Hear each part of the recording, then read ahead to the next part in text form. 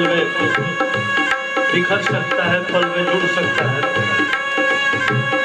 मानो कि बाबा तुलसी की बात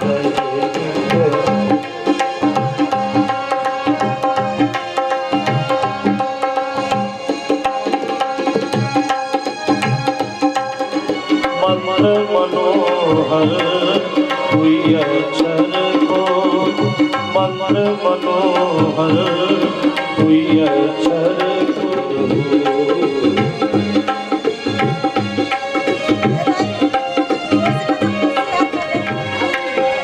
नाम नाम जपत मन हारे। सब्जी हम लाइक कोई पकड़ लिया आपका नंबर है। शंखचक्रं सकिरीटकुण्डलं सपीतवस्त्रं सरसीरुहेक्षणं सारवक्षस्तनकौस्तुभश्रियं नमामि विष्णु शिरसा चतुर्भुजं। गंगातरंगरमणीयजटाकलापं गौरी निरन्तर्विभूषितवामभागं नारायणप्रियमनङ्गमदापहारं वाराणसीपुरपतिं भज विश्वनाथम्। अतुलितबलधामं हेमशैलावदेहं तनुजवनकृशानं ज्ञानिनामग्रगण्यं सकलगुणनिधानं वानराणामधीशं रघुपतिप्रियभक्तं वातजातं नमामि। गुरुर्ब्रह्मा गुरुर्विष्णु गुरुर्देवो महेश्वरः गुरु साक्षात् परम ब्रह्म तस्मै श्री गुरवे नमः। नमो ब्राह्मण देवाय गो ब्राह्मण हिताय च जगद्हिताय कृष्णाय गोविंदाय नमो नमः। दो चार बार प्रभु का नाम लीजिए, फिर कथा सुनिए। आगे प्रश्न करते हैं और उसका उत्तर सुनते हैं। यही भागवत की कथा। आज कथा का तीसरा दिन है। मात्र 4 दिन ही शेष बचा है और राजा परीक्षित के जीवन का भी 4 ही दिन शेष बचा है। जब समय की इच्छा होती है तो यह होता है कि कितने जल्दी मिल जाए, और समय कम है हमारे पास। तो राजा परीक्षित अपने मन में विचार कर रहे हैं कि अब 4 ही दिन मात्र शेष बचा है, इसके आगे एक क्षण भी मुझे मिलने वाला नहीं है। तो कितनी जल्दी भगवान के चरित्र के रस का पान कर। आज राजा परीक्षित को एक शंका होती है। सुखदेव भगवान से पूछ रहे हैं कि प्रभु यह बताइए कि कश्यप जी का उत्तम कुल खानदान, लेकिन उनके घर में राक्षस कैसे पैदा हुए? ऐसा तो नहीं होना चाहिए। तो सुखदेव भगवान ने कहा कि एक बार भगवान विष्णु वैकुंठ में आराम कर रहे हैं। लक्ष्मी जी उनका पैर दबा रही हैं। सनकादिक ऋषि, सनकादिक अर्थात 4 भाई हैं, सनक, सनंदन, सनत, कुमार। चाहे जितना दिन बीत जा, लेकिन देखने में यह लोग 12 साल की ही लगते थे। कोई वस्त्र नहीं पहनते, वस्त्र गोपीन धारण करते थे, लंगोट धारण करते थे, और 12 साल के चारों भाई। एक बार लोगों ने विचार किया कि बहुत दिन हो गया, चले वैकुंठ में भगवान विष्णु का दर्शन किया जाए। भगवान का गुण गाते हुए जब वैकुंठ में पहुंचते हैं तो वहाँ 7 फाटक पार करने के बाद तब भगवान का दर्शन मिलता। किला इतना बड़ा था, बैकुंठ का, बढ़िया था कि 1, 2, 3, 4, 5 6 फाटक तो पार कर लिए। 7वीं फाटक के पास जय और विजय नाम के 2 द्वारपालों ने रोक दिया। कहाँ जा रहे हो? ब्राह्मणों ने कहा कि भगवान का दर्शन करने। नहीं नहीं, ऐसे दर्शन नहीं होता, लौट जाए यहां से। ब्राह्मणों ने कहा कि भाई भगवान का बुलावा थोड़ा आता है, मंदिर से बुलावा नहीं आता। भगवान का दर्शन करने तो लोग वैसे ही जाते हैं, और हम लोग उनके मानस पुत्र हैं। जाकर बोल दो कि हम लोग भगवान के मानस पुत्र हैं और उनका दर्शन करने और पिताजी से मिलने आए हैं। द्वारपालों ने कहा कि अच्छा, जब मोदी जी चाय बेचते थे तो कोई संबंधी नहीं था, और जब प्रधानमंत्री हो गए तो मौसी का लड़का, मामा का लड़का, फूफा का लड़का बन के सब लोग रो जाते हैं मिलने। मैं समझ गया कि आप लोगों का कोई उनसे संबंध नहीं है, आप झूठ बोलते। जैसे ही द्वारपालों ने वाद विवाद किया, शरारत किया, ब्राह्मण लोग माने नहीं। जैसे ही घुसना चाहे कि द्वारपालों ने अपना जो लाठी लिया हुआ था उसको दरवाजे पर ऐसे लगाया, नहीं जाना। जब ब्राह्मण लोग गुस्सा गए, सनकादिक ऋषि लोग क्रोधित हुए, तो दोनों भाइयों को श्राप दिया जय और विजय को, जाओ, जैसे तू राक्षस की तरह से मुझसे व्यवहार करता है, राक्षस हो जा, राक्षस हो जा, राक्षस 3 बार बोला। अब यह आवाज जब कान में अंदर गई तो भगवान विष्णु चौकन्ना हो गए, चकित हो गए। देवी लक्ष्मी से कहा कि लगता है अपने लोगों की पहचानी हुई आवाज आ रही है, इसलिए कुछ गड़बड़ हो रहा है, 2 मिनट के लिए रुक जाओ, बाहर जाओ। जब बाहर भगवान पहुंचे तो सनकादिक ऋषियों ने भगवान को प्रणाम किया, उनका पैर छुआ। प्रभु, भला दर्शन तो मिला, इतने शरारत के बाद, इतने वाद विवाद के बाद, लेकिन महाराज आप लोगों के मुंह से कोई श्राप निकला है, यह तो बड़ा अच्छा नहीं हुआ। यह दोनों हमारे जय विजय पहरेदार हैं और आपने इन्हें राक्षस होने का श्राप दे दिया। आप बताइए क्या होगा? यह सब तो राक्षस हो जाएंगे। आप ब्राह्मण हैं, आपको क्षमा करना चाहिए, आपको इतना जल्दी श्राप नहीं देना चाहिए, लेकिन ब्राह्मण मुझे उतना ही प्रिय है जितना कि अग्नि में हवन करने से मैं संतुष्ट नहीं होता, उतना प्रिय मुझे ब्राह्मण भोजन करने से मिलता। जो ब्राह्मण के मुख में जाता है वह सीधे मेरे मुख में जाता है और मैं उससे संतुष्ट हूँ। द्वारपाल रोज दिया करते हैं। क्या ब्राह्मण, इसे ले जाकर गंगा जी में डाल दो, गंगा जी प्रसन्न हो जाएगी और इस तरह से मेरा धार्मिक कार्य चलता रहेगा। बहुत दिन तक वह ब्राह्मण राजा के द्वारा 1-1 मन दूध रोज गंगा में डालता। संजोग से एक दिन ब्राह्मण के घर कुछ संत लोग पहुंचे, 25-50 ब्राह्मण और संत लोग पहुंचे। तो ब्राह्मण ने कहा कि आज गंगा में दूध नहीं डालूंगा, 1 मन दूध का खीर बना करके संतों की सेवा कर खिला।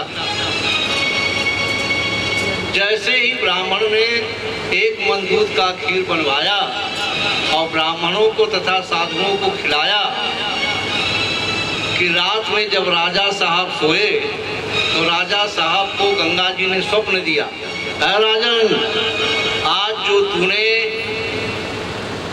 मेरे आंचल में खीर डाली है, मैं प्रसन्न हो गया हूँ, तुमसे खुश हो गया हूँ। जाओ, तुम अजर हो जाओ, अमर हो जाओ। गंगा जी ने ऐसा राजा को वरदान दिया। राजा की नींद जब खुली, सुबह ब्राह्मण को राजा बुलाया,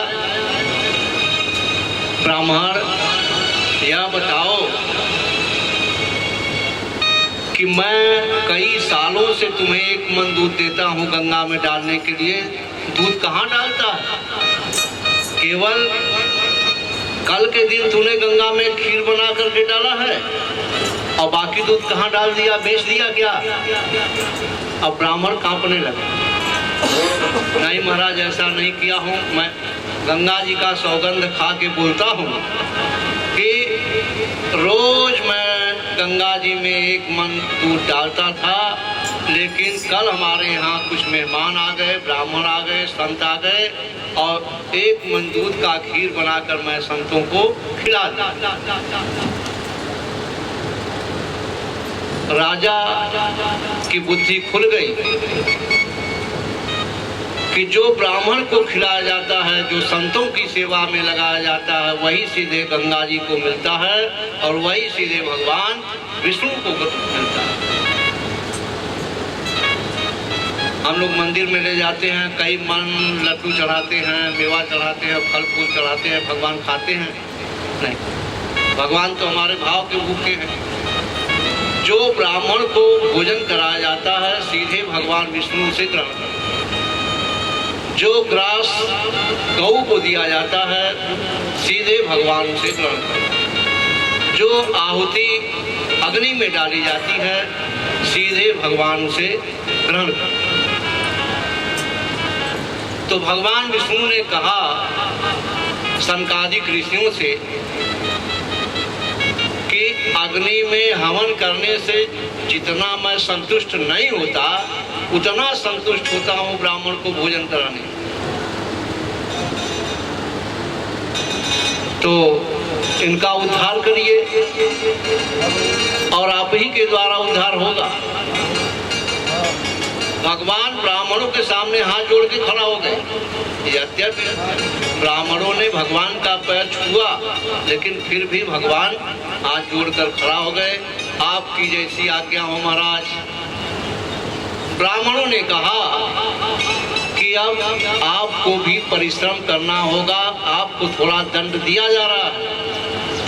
यदि कोई नौकर अपराध कर लेता है, जैसे छोटा मोटा कोई कर्मचारी अपराध कर लेता है, तो मंत्री को इस्तीफा देने के लिए लोग मजबूर करते हैं। तो आपके अनुचर लोग इतना धृष्टता किए हैं, इसलिए अब आपको इतना करना होगा कि 3 बार यह जब राक्षस होंगे तो इनका उद्धार करने के लिए आपको भी अवतरित होना पड़ेगा।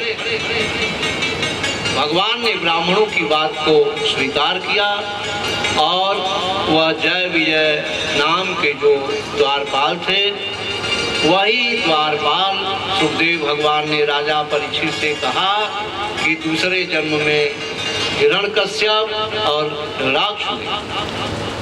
दूसरी बार, तीसरी बार शिशुपाल और दंत वक्र, इन लोगों का उद्धार करने के लिए स्वयं भगवान विष्णु को आना। बोलिए विष्णु भगवान की जय। 4 वर्ष के बाद तो प्रलय हो जाता है, सब जल ही जल हो जाता है, सब पानी पानी। तो उसको एक मनवंतर कहा जाता है। वह जो समय बीत जाता है उसको एक मनवंतर कहा जाता है। उसके बाद एक पुरुष पैदा होता है, एक स्त्री होती है, उसी से फिर संसार चलता है। तो हर बार मनु होते हैं, मनु का नाम होता है। कोई मनु है। उसी मनु से हम लोग मनुष्य बनते हैं। तो आगे की कथा में सुखदेव भगवान राजा परीक्षित को सुना रहे हैं कि शांभु मनु के 2 पुत्र हुए, प्रियव्रत और उत्तानपाद। राजा उत्तानपाद को 2 पत्नियां थीं। पहली का नाम था सुनीति, दूसरे का नाम था सुरुचि। पहले बताया गया है कि पहले गुण के अनुरूप नाम रखा जाता था। सुनीति अर्थात जो अच्छी नीति पर चलने वाली हो, सास ससुर की सेवा करने वाली, धर्म कर्म में विश्वास करने वाली, पूजा पाठ करने वाली और अतिथियों का सम्मान करना, इसे सुनीति कहा जाता है। सुरुचि जिसकी रुचि बढ़िया कपड़ा में हो, बढ़िया आभूषण में हो, बढ़िया भोजन में हो, उसे सुरुचि कहा जाता है। अब बताइए कि आप लोगों को बहू लेना हो तो सुनीति लेंगे कि सुरुचि? सुनीति। तीसरी वाली बहू कहाँ से आएगी, कैसी रहेगी? ध्यान उधर। सुनीति अर्थात जो अच्छी नीति पर चलने वाली है, उससे पुत्र हुआ ध्रुव, और जो सुरुचि थी उससे एक पुत्र हुआ, उसका नाम था उत्तम। लेकिन अक्सर यह देखा जाता है कि जब किसी की दूसरी शादी होती है तो जो बाद वाली पत्नी आती है वह उस आदमी के लिए ज्यादा प्रिय होती है। राजा उत्तानपाद की दूसरी रानी सुरुचि थी, उससे राजा ज्यादा प्रेम करते थे, सुनीति से कम करते थे।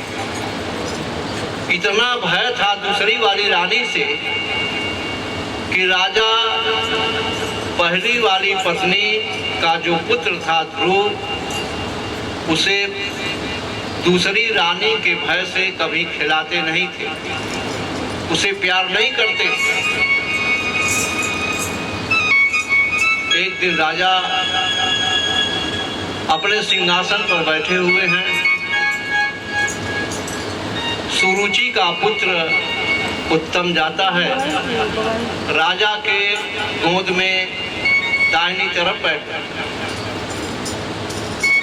राजा बड़े प्रेम से उस बालक को खिलाते हैं, गाल सराते हैं, सिर पर हाथ फेरते हैं।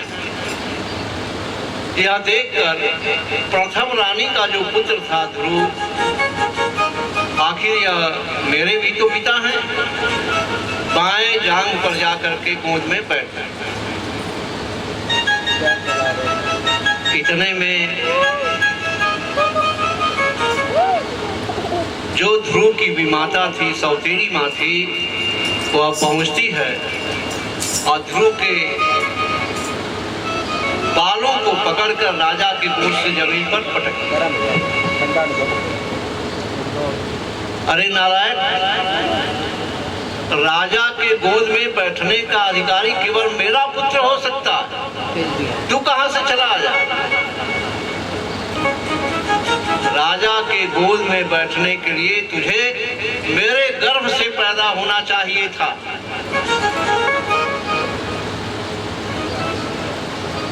बालक ध्रुव आंखें मीचता हुआ माँ के पास पहुंचता है। माँ रोते हुए ध्रुव को अपने आंचल में समेट लेती है। माँ का आंचल बड़ा प्यार देने वाला होता है। तमाम कथाएं, तमाम गाना इस पर लिखा गया है कि माँ का आंचल बच्चों को प्यार देने के लिए होता है, प्रेम देने के लिए होता है, सुख देने के लिए होता है, शांति देने के लिए होता है। जब हम लोग छोटे छोटे थे और खेल खेल में रोते आते थे तो माँ तुरंत पकड़ करके लेकिन आज माँ के पास आंचल नहीं है। आज तो माँ जींस पैंट वाली हो गई, दुपट्टे वाली हो गई, उसके पास कहाँ आंचल। आंचल होना बड़ा जरूरी होता है।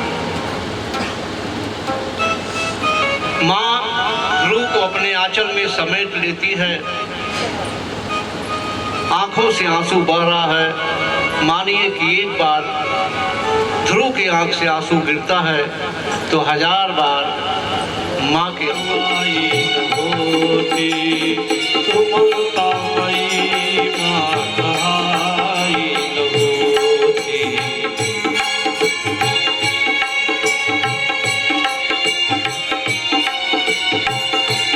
दिया जाए तो अंगूठे की कीमत समझ में आ जाती है।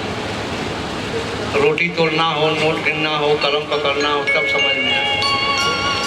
जब तक हमारे घर का बुजुर्ग हमारे घर में रहता है, माँ बाप रहते हैं, तब तक उनकी कीमत समझ में नहीं है। जिस दिन वह चले जाते हैं,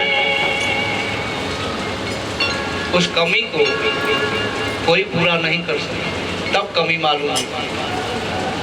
कौन से बंद ताले को छोटा उसको किस तरह से हल कर देता है, किस तरह से बढ़ा देता है, इसे हमें ज्ञान नहीं है। सोचना चाहिए कि आज 80 साल का बुजुर्ग जा रहा है तो 80 साल का अनुभव जा रहा है। आप जैसा अपने माता पिता के साथ करेंगे, जो तू कल पाइएगा वाको कल पाइएगा। जो माता पिता को आप कष्ट देते हैं, कल पाते हैं, निश्चित रूप से आपको कल वह। एक बेटा अपने बाप को खोटे हुए लकड़ी मिट्टी के पात्र में भोजन कराता था। जब उसका पिता मरा तो वह बर्तन उठा के फेंकने लगा। उसका जो छोटा बालक था 14 साल वाला, हाथ पकड़ लिया, पिताजी कहाँ इसको फेंक रहे हैं? बेटा अब तो दादा मर गए, अब इसको फेंक दिया जाए। 14 साल का बेटा हाथ पकड़कर पिता से बोला कि इसमें पिता लोग ही भोजन करते हैं, अभी तक आपके पिता भोजन किए, अब इसमें हमारे पिता। जो आप अपने माता पिता को, अपने सास ससुर को कष्ट देते हैं, निश्चित रूप से आप उसका। जो बिना अपने माता पिता की आज्ञा से, बिना अपने सास ससुर की आज्ञा से तीर्थ यात्रा में जाता है, मैं निश्चित बोल रहा हूँ, सत्य बोल रहा हूँ, उसे तीर्थ यात्रा का कोई फल नहीं। इसलिए आप तीर्थ यात्रा में जाइए, अपने माता पिता को प्रणाम करिए, उनसे आशीर्वाद लीजिए, उनसे आज्ञा लीजिए। अपने सास ससुर का पैर छूइए, सास ससुर से आज्ञा लीजिए, प्रणाम करिए, आपकी तीर्थ यात्रा सफल हो। बोलिए वृंदावन बिहारी लाल की। उठाकर जमीन पर पटक दिया और बोला कि राजा के गोद में बैठने का तू अधिकारी नहीं है, और राजा की गोद में बैठने के लिए मेरे गर्भ से तुम्हें जन्म लेना होगा। माँ ने आंसू पोंछकर बोला, बेटा उस स्थान से भी कहीं तुम्हें बड़ा स्थान मिलने वाला है, यह मेरा आशीर्वाद है, माँ का आशीर्वाद है। आखिर माता जी वह पिता के गोद से भी बड़ा कौन सा स्थान है? माँ ने कहा कि बेटा वह परमात्मा का स्थान है। अब तो सभी लोग घर के पूरा परिवार रात में सोए हुए हैं। वह 12 साल का छोटा सा बालक घर छोड़ के रात में चल दिया। अंधेरी रात में जा रहा है, तब तक वहां सामने नारद जी आ जाते। नारायण नारायण, नारायण नारायण।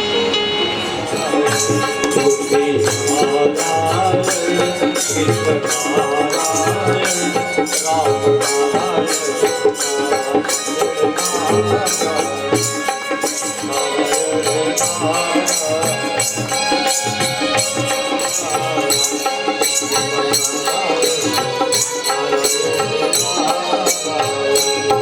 खोज में जा रहा हूँ। नहीं बेटा, अभी तुम्हारी उम्र कम है। जंगल में तमाम हिंसक पशु रहते हैं, वहाँ भोजन नहीं है।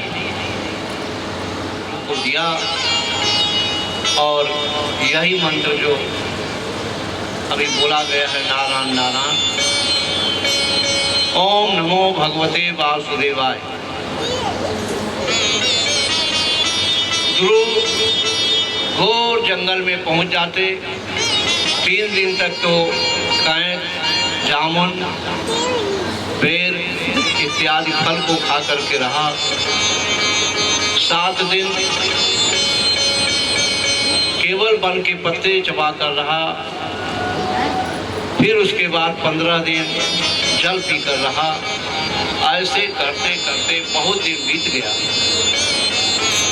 अब ध्रुव एक पैर पर खड़ा होकर हाथ जोड़े हुए और ओम नमो भगवते वासुदेवाय, बस यही आंख बंद कर। जैसे ही एक दिन ध्रुव की सांस रुकी कि सारे दुनिया की सांस रुक गई। सूर्य चंद्रमा जहां थे वहीं रुक गए, तारे जहां थे वहीं रुक गए, ज्योतिषियों की गणना भूल गई। रविवार, सोमवार, मंगलवार नहीं हो रहा। जब सूर्योदय ही नहीं होगा तो कहां से होगा? सब रुक गए। त्राहिमाम त्राहिमाम त्राहिमाम, चारों तरफ त्राहिमाम हो गया। सभी लोग भगवान विष्णु के पास पहुंचे। प्रभु, क्या हो रहा है? भगवान विष्णु ने कहा कि यह मेरा भक्त ध्रुव तपस्या में लीन है और जब तक वह फल खा रहा था, पत्ता खा रहा था, पानी पी रहा था, जल पी रहा था, तो तुम लोग बड़े आराम फरमा रहे थे। और आज उसकी सांस गरुड़ को छोड़ दिए। उन्हें पीताम्बर का ध्यान नहीं है। नंगे पांव ही दौड़कर बालक ध्रुव के पास पहुंच जाते। बेटा आंखें खोल, बेटा आंखें खोल। जैसे ही ध्रुव अपने बच्चे के कपड़ों को सहलाती है, वैसे अपने संत के द्वारा नारायण स्वयं बालक ध्रुव के कपोलों को सहलाते हैं। मानिए कि सहलाने से जो कई हजार के द्वारा युद्ध होता है, उस युद्ध में उत्तम मारा जाता है। ध्रुव 1000 वर्ष तक राज्य किए। उसके बाद जब उनका अंत समय आया तो कुबेर के द्वारा विमान आया और ध्रुव अपने माता के आशीर्वाद के द्वारा पिता के स्थान से कई गुना ऊंचा एक ऐसा स्थान उन्हें मिला जो आज उत्तर दिशा में ध्रुव लोक के नाम से विख्यात है। बोलिए भक्तराज ध्रुव की जब तक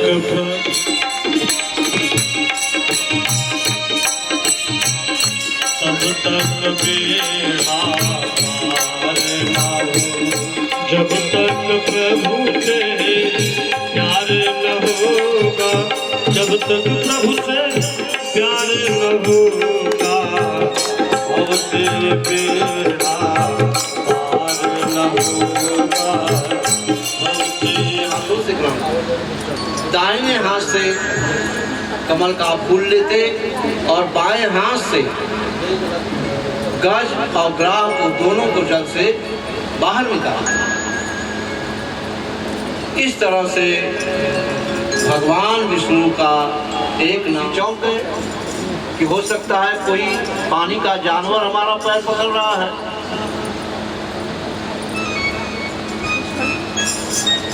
घबरा गए। जैसे ही वह सामने आया, गंधर्व देवर ऋषि ने श्राप दिया कि जाओ, जैसे तू मगरमच्छ की तरह से मेरा पैर छुआ है, जा तू मगरमच्छ। पैर छूने का तरीका होता है, अपने बड़ों का झुक करके दोनों पैर के अंगूठे को हाथ से छुआ जाता है। आप जब ऐसे झुकते हैं तो जिसका पैर छूते हैं उसका हाथ आपके सिर पर पहुंचता है। जो हाथ की अंगुलियां हैं, हाथ की अंगुलियों में ऊर्जा होता है, शक्ति होती है, वह आपके सिर पर पहुंचता है, आपको उसका आशीर्वाद। आजकल पैर कैसे छुआ जा रहा है जानते हैं? मम्मा पालक की, मौसा पालक की, पैर पैर पैर यहाँ है और उनके कमर पर आज छुआ नहीं जाता है, आजकल टच किया जाता है। मम्मा का है यहाँ टच कर दिया हो गया। तो पैर छुआ जाता है, जितना आप झुक के छुएंगे उतना आपको आशीर्वाद अच्छा। तो इसी तरह से गंधर्व की तरफ से उसको आशीर्वाद भी मिलता है। बोलिए वृंदावन बिहारी लाल की जय।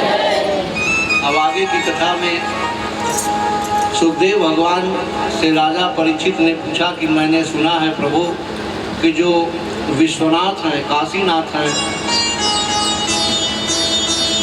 जगत के नाथ हैं, उनसे दक्ष द्वेष करता था, शत्रुता करता था।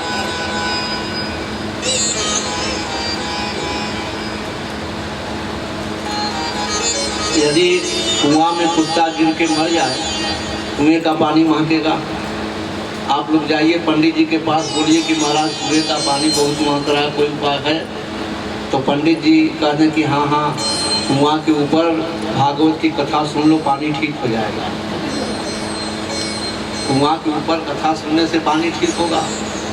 तब तक पानी पीने लायक नहीं होगा जब तक कि कुएं की सफाई नहीं हो जाती, मरा हुआ कुत्ता बाहर नहीं निकल जाए। जब तक वह मरा हुआ कुत्ता आपके मन से बाहर नहीं निकल जाता, तब तक भागवत की कथा सुनने से कोई लाभ। कौन सा मरा हुआ कुत्ता है? एक आदमी भगवान की बड़ी पूजा करता था, ठाकुर जी उसके पूजा से खुश हो गए। बेटा तुम्हारे पूजा से मैं खुश हूँ, तुम्हें क्या चाहिए? उसने कहा कि महाराज यदि आप हमारे पूजा से खुश हैं तो कोई ऐसा मंत्र बता दीजिए कि मैं दुनिया का जो सामान चाहूँ मिल जाए। तो ठाकुर जी ने उसको एक पीतल की घंटी दे दिया और कहा कि बेटा यह घंटी बजा के जो मांगोगे तुम्हें तुरंत मिल जाएगी। कहने की क्या देर थी कि वह भगवान के हाथ से घंटी छोड़ दिया, दे दीजिए जाइए अपना काम ले लिया। भगवान जानते थे कि इसके मन में पाप है। जब गेट पर पहुंचे तो वापस हो गए। बेटा घंटी बजा के जो मांगोगे तुम्हें तुरंत मिलेगा, लेकिन जितना तुम्हें मिलेगा ठीक उसका दूना तुम्हारे बगल वाले को भी मिलेगा। तो कहा कि तो बड़ा बुरा हो गया। आजकल सबसे दुखी कौन है जानते हैं? सबसे दुखी वही है जिसका पड़ोसी सुखी हो। लेकिन यह कथा यहाँ की नहीं है। यहाँ तो नीचे उतरेंगे तो पड़ोसी सब हमारे जजमान कालर पकड़ लेंगे, काम आ रहा उनके घर में आप तो कथा सुना रहे थे। यहाँ की नहीं है, बाहर की कथा है। तो पड़ोसी के द्वेष से कभी घंटी नहीं बजाया, कुछ मांगा नहीं, भीख मांगने की स्थिति हो गई। घर छोड़ के बाहर चला गया। एक दिन पत्नी ने देखा कि घर में फालतू घंटी पड़ी है, बेचने से 10 रुपया मिल जा, बच्चों का काम चल जा, भोजन का। मन में 10 रुपये का भाव आया, घंटी उठाई, बज गई घंटी। अब पत्नी थोड़ी चढ़ा, लगता है कि बीएचयू में सर्विस करने वाली थी क्या।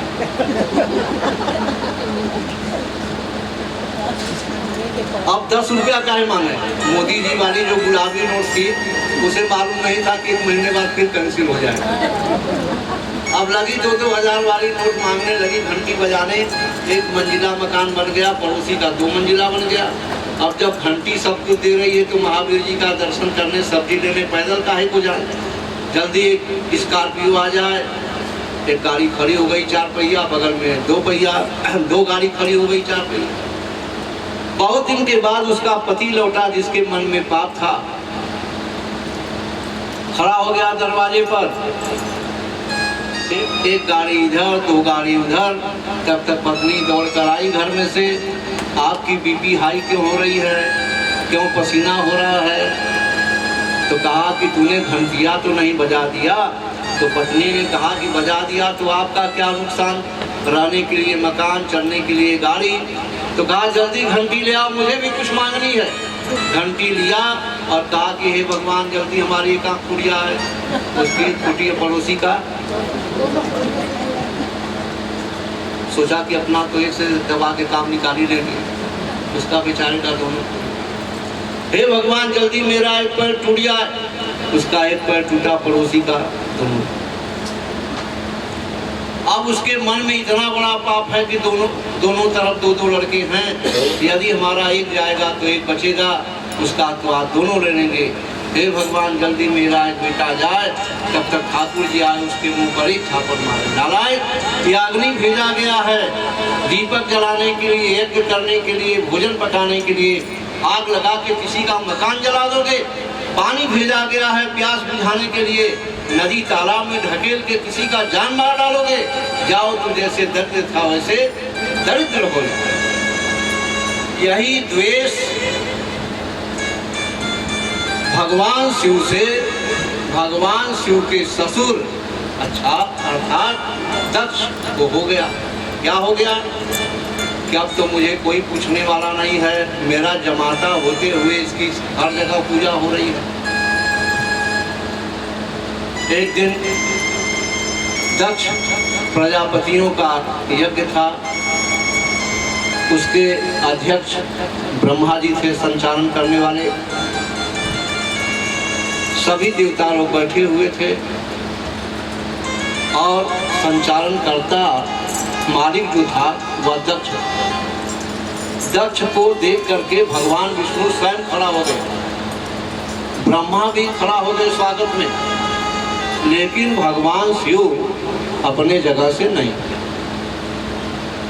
इसे देखकर दक्ष को बड़ा क्रोध आया। अरे यह हमारा जमाता होते हुए, दामाद होते हुए अब मुझे प्रणाम नहीं कर रहा है, अपने जगह से उठा भी नहीं, खड़ा भी नहीं हुआ। मान लो मैं तो मान गया, लेकिन जो समाज में तमाम लोग बैठे हैं यह क्या कहेंगे कि यह नालायक दामाद है जो अपने ससुर को प्रणाम नहीं किया। इनको मैं कौन जवाब दूंगा? अब इस अपमान का बदला लेना।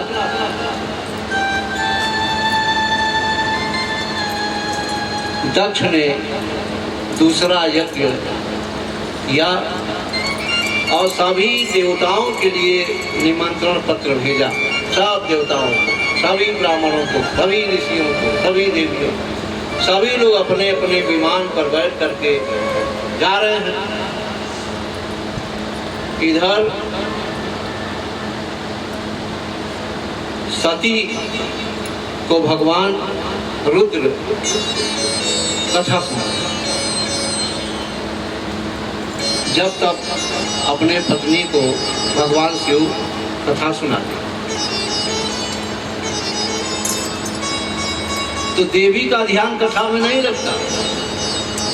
जिसको निमंत्रण दिया गया वह लोग आए हैं कि नहीं आए हैं, प्रसाद की व्यवस्था ठीक हुई है कि नहीं, यह होगा कि नहीं, वह होगा कि नहीं।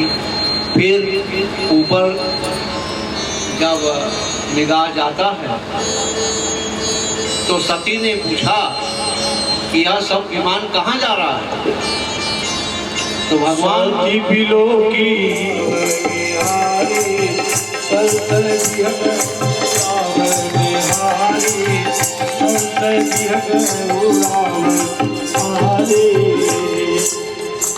राम कथा सुंदर करतारी संशय विहत उड़ावन है। आपके जब छत पर कौवा बैठता है, गाँव करता है, तो आप कैसे करते हैं? तो अंदर का सारा दुख, सारा दरिद्र कौवा की तरफ से, यानी पक्षी की तरफ से। इसलिए जब भजन हो तो आप लोग ताली बजाएंगे। तो क्या आप नहीं चलेंगे? नहीं नहीं, मुझे बुलावा नहीं आया, निमंत्रण नहीं आया, इसलिए मैं नहीं जाऊंगा। अब जब मायके में कुछ बढ़ जाए, भला बिटिया कैसे रह सकती है ससुराल में, बेचैन हो जाती। आप जहाँ चाहे न जाए, आपको निमंत्रण है नहीं है, मैं तो जाऊंगी। भगवान शिव ने कहा कि जहाँ मेरा मान सम्मान नहीं है, मेरा बुलावा नहीं आया, मेरे नाम से कार्ड नहीं आया है, वहाँ तुम्हारा जाना ठीक नहीं है। नहीं, माँ के घर, गुरु के घर, मंदिर में, कथा में बिना बुलाए जाया जाता है।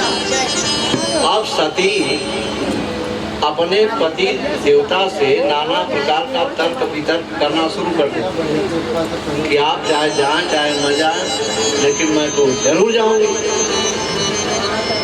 अब जब रोक दिया जाता है पति के द्वारा और आप लोग कहती है कि नहीं मैं जरूर जाऊंगी मायके, तो जानते हैं क्या होता है? एक साड़ी को निकालने के लिए औरतें 20 बार वही बक्सवा पटकती हैं गुस्सा कि अब वो तो कह दे कि अब चले जाओ। घर में जाएंगी तो 20 बार उसी बक्से को पटकेगी, साड़ी निकालेगी, रखेगी कि अब वो कह दे कि अच्छा जाए। अब इतने पर भी जब नहीं होता तो एक और उपाय होता है महिलाओं के पास, जो छोटा बच्चवा रहता है पकवान, उसी को मारना, वो बेचारा पकड़ लेता है, हम तब तक उसी को मारना शुरू कर देती है। जब सती चल देती हैं तो भगवान रुद्र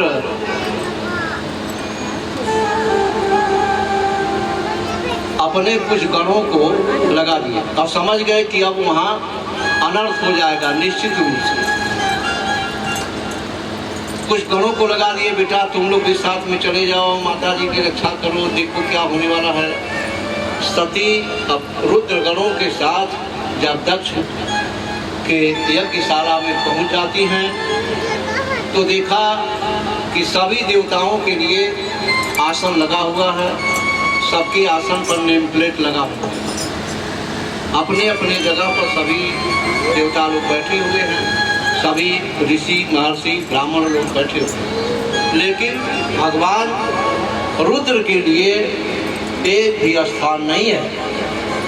सती जीजा जी से यहाँ से थोड़ा अनबन हो गया है तो बोलती हैं कि जीजा जी नहीं आए, क्या दीदी बहनोई नहीं आए, जीजा जी नहीं आए। क्या वो बोल देती है कि नहीं आजकल बिगड़ गया है मामला, गड़बड़ है। लेकिन दक्ष ने भी अपनी पुत्री की तरफ नहीं देखा, कन्या की तरफ नहीं देखा, हाल चाल नहीं पूछा और सिर झुका करके निगाह बचा करके दक्षिण कछु अग्नि कोण में जाकर आसन लगाकर सती बैठ जाती हैं और अपने पति के चरणों में अपने ध्यान को लगाया और अपने प्राणों को त्याग दिया। कुछ लोग कहते हैं सती पति के चरणों में ध्यान लगाया सती ने और यही मांगा पति देवता से कि आप जन्म जन्म जन्म आप हमारे पति होंगे, चाहे जो भी मेरा जन्म होगा। यज्ञ कुंड में कूद करके अपना शरीर त्याग दिया, लेकिन ऐसा नहीं है, क्योंकि यदि ऐसा होता तो सती का पूरा शरीर जलकर नष्ट हो जाता, भस्म हो जाता। सती के शव को भगवान रुद्र उठाते हैं और अपने कंधे पर लेकर उन्हें चारों तरफ भ्रमण करते हैं। भगवान शिव ने देखा कि अब यह सती, भगवान विष्णु ने देखा कि यह सती के मोह में हो गए, तो भगवान विष्णु ने सती के शव को 81 खंडों में काटा और वह आज शक्तिपीठ के नाम से निकला। जहाँ जहाँ अंग गिरा सती का वहाँ वहाँ शक्तिपीठ। हमारे मणिकर्णिका घाट पर उनके कान का कुंडल। अब वहाँ से जब सूचना मिलती है तो जितने गण गए हुए थे वह सब यज्ञ मंडप को तोड़ ताड़ के नष्ट कर देते, विध्वंस कर देते। लेकिन जिसका यज्ञशाला है उसके पास बड़ी व्यवस्था थी, दक्ष के पास बड़ी सेना थी। भगवान रुद्र के गणों को मारकर भगा दिया रुद्र के गण लोग आए। भगवान रुद्र से बोले कि माता देह त्याग दी हैं, हम लोग थोड़ा उपद्रव किए लेकिन हमारा बस नहीं चला। मारे क्रोध में रुद्र ने अपने सिर के एक बाल को निकाला और जोर से जमीन पर पटक उससे एक वीर को मार डाला। वीरभद्र पहुंचा और दक्ष के सिर को काटा। भगवान रुद्र कैलाश पर्वत पर चले गए। किसी के यज्ञ में बाधा नहीं डालना चाहिए, फल मिलता है।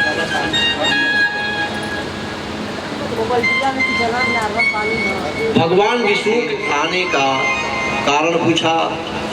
देवताओं ने कहा कि दक्ष के यज्ञ को आप चल करके संपन्न करवाइए। भगवान शिव विष्णु भगवान को आगे आगे लेते हैं, सभी देवता पीछे चलते हैं। भगवान विष्णु स्वयं कुछ यज्ञ के अधिष्ठाता होते हैं।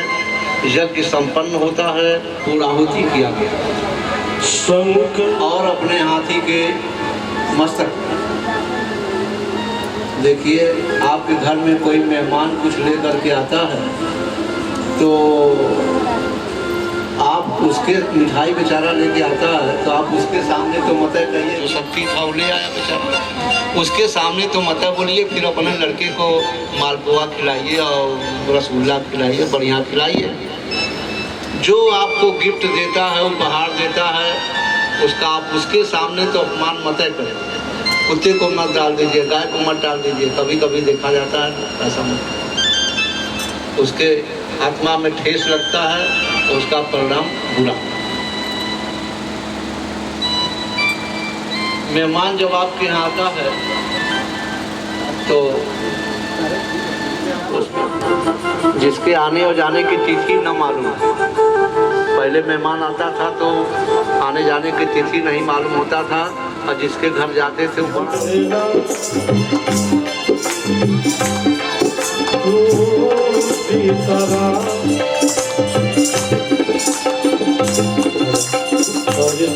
के भजनिया मीरा दीवाने, मीरा के हथवा में मीरा निशाने, श्याम के भजनिया मीरा दीवाने, मीरा के बचन कैली घन श्याम के जितना बचाव के पाए ना भजना भजनिया काम के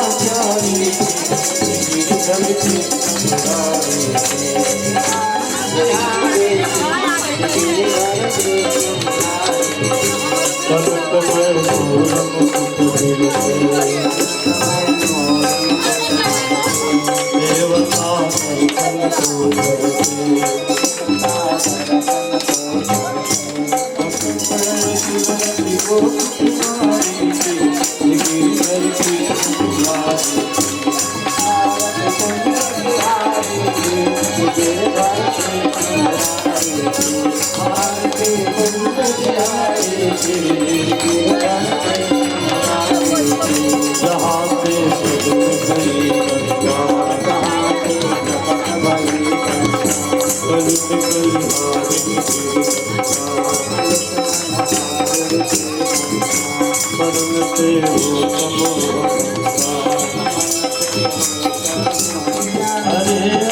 पतित चरण कवि बनवारी की बज रही वृंदावन सबो निज गोपी गावती अटक